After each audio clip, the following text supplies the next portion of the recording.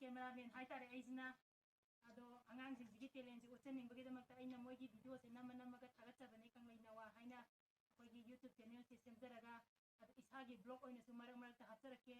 aigi ita ani leijai adiga ani akoigi actress ani sina aigi ita nupijing thoe aigi nupagi matan nupijing adune mayam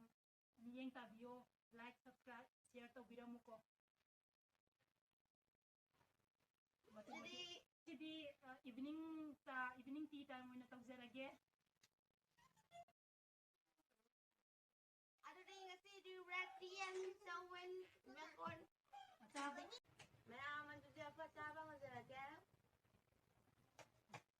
nai da mai jadi taba drogi